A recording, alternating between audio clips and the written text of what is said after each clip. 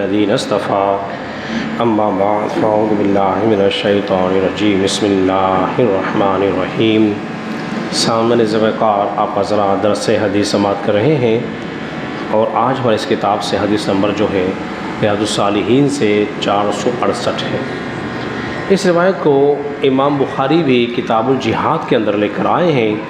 حضرت سیدنا ابو ہریرہ رضی اللہ تعالیٰ عنہ سے روایت ہے، وہ فرماتے ہیں کہ نبی مکرم صلی اللہ علیہ وسلم نے ارشاد فرمایا کہ ہلاک ہو جائے وہ جو درہم اور دینار، مخملی چادر اور سیاہ دھاری دار کپڑے کا غلام ہو،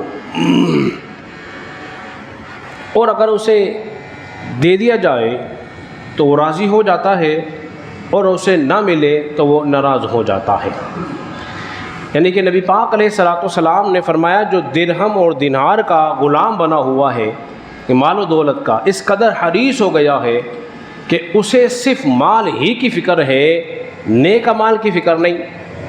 وہ دنیا کی رنگینیوں میں، عمدہ لباس میں، کھانے پینے کی چیزوں میں اور مال کمانے کی محبت میں اس قدر مستدرک ہو گیا ہے کہ آخرت کی اخروی نعمتوں کو بھول بیٹھا ہے۔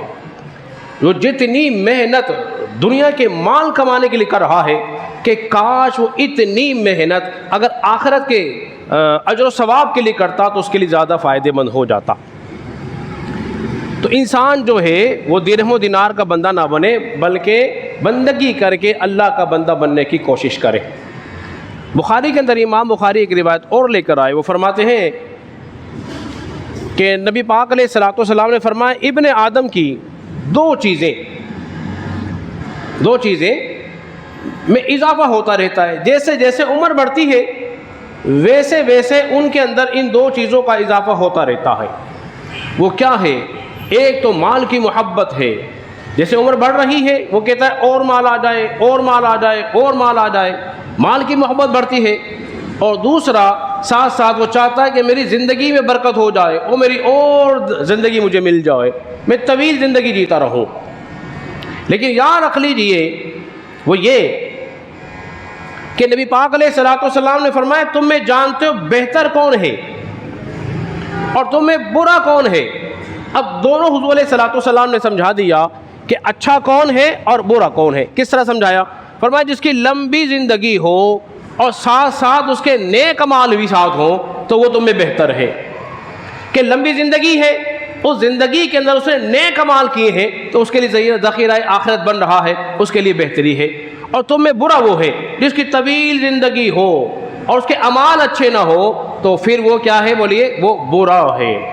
تو لہذا حضرات محترم جتنی زندگی اللہ نے ہمیں عطا کی ہے، ہمارے پاس موجود ہے، کوشش کریں کہ اس زندگی کو ایسے گزاریں جیسے اللہ تبارک و تعالیٰ نے ہمیں حکم ارشاد فرمایا ہے۔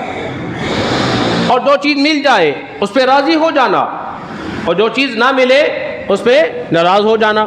تو یاد رکھ لیجئے جو اللہ عطا کر دے اس پہ خوش رہو، جو نہ مل سکے اس کے اوپر انسان کو صبر کرنا چاہیے اور اس میں غور کرنا چاہیے میرے لیے کتنی ساری اس کے اندر حکمتیں ہیں۔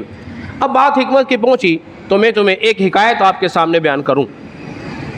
یہ حکایتیں جو ہوتی ہیں عبرت کے لیے ہوتی ہیں۔ ایک بادشاہ تھا، اس کا ایک غلام تھا، یعنی کہ غلام سے میری مراد یہ ہے کہ اس کا ایک وزیر تھا۔ اس کی عادت کریمہ یہ تھی کہ ہر کام جو بھی ہوتا وہ کہتا کہ ہر کام میں اللہ کی حکمتیں ہیں، صحیح ہوتا تب بھی یہی کہتا، غلط ہو جاتا تب بھی یہی کہتا۔ ایک دن بادشاہ جو تھا کچھ پھل کاٹ رہا تھا اور اس کا انگلی یا انگوٹھا کٹ گیا، تو اس نے فوراً یہ کہا اللہ کی حکمت ہے اس میں بھی۔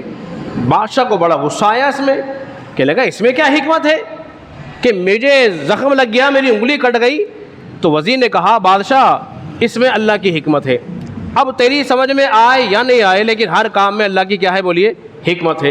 اس کو بڑا غصہ آیا، اس نے کروا دیا اس کو قید خانے کے اندر بند۔ غصے میں جب قید خانے بند کروا دیا اور بادشاہ گیا کچھ دنوں کے بعد تفریح کے لیے، چلو میں شکار کر لوں۔ وہ شکار کرتے کرتے اتنا دور نکل گیا، جو اس کے ساتھ والے تھے وہ پیچھے رہ گئے، اور جو سواری تھی وہ بیمار ہوئی، وہ ہلاک ہو گئی، اور بادشاہ کو ایسے قبیلے کے لوگوں نے پکڑ لیا اور پکڑ کے لے گئے اور جانے لگے اس کی سولی کہ ہمارے دیوتا پر اس کو سولی چڑھائیں گے۔ وہ بادشاہ بڑا پھنس گیا، بولے یہ کیا مصیبت گلے پڑ گئی کہ ساتھ کوئی نہیں، میں اکیلا تنہا ہوں۔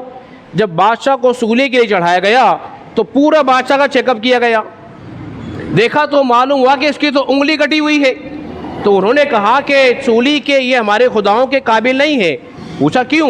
فرمایا اس کی تو انگلی کٹی ہوئی ہے، یہ تو عیب دار ہو گیا، اور ہمیں بندہ وہ چاہیے جس میں کوئی عیب نہ ہو، جس میں کوئی عیب نہ ہو۔ تو لہذا بادشاہ کو چھوڑ دیا۔ تو بادشاہ کو فوراً بات یاد آئی، ہر کام میں اللہ کی حکمت ہوتی ہے، ہر کام میں اللہ کی حکمت ہوتی ہے۔ وہ فوراً اس کے پاس آیا اور آنے کے اس کو کھول دیا، کہا واقعی تم نے صحیح کہا تھا، اگر میرا انگوٹھا یا میری انگلی صحیح ہوتی، وہ کوئی زخم لگا ہوا نہ ہوتا یا کٹتی نہ، تو آج مجھے بھیٹ چڑھا دیا جاتا، آج مجھے بھیٹ چڑھا دیا جاتا۔ وزیر کہنے لگا بادشاہ تیرا مجھے قید و بند کرنا، قید کر دینا، اس میں اللہ کی حکمت یہ تھی۔ اس نے کہا یہ کیا؟ بولے اگر میں ساتھ ہوتا تو مجھے چڑھا دیا جاتا، تجھے قید کر دیا تو نے مجھے، میری یہ لیے میری بچت کا باعث بن گیا، اور تیری انگلی کٹ گئی تیرے لیے بچت کا باعث بن گیا۔ تو حضرات محترم، جو کام، ہر کام جو ہے وہ اللہ کی رضا کے لیے ہونا چاہیے، جو مل جائے اس پہ خوش ہوں، جو نہ مل سکے اس میں اللہ کی حکمت میں غور کرنا چاہیے۔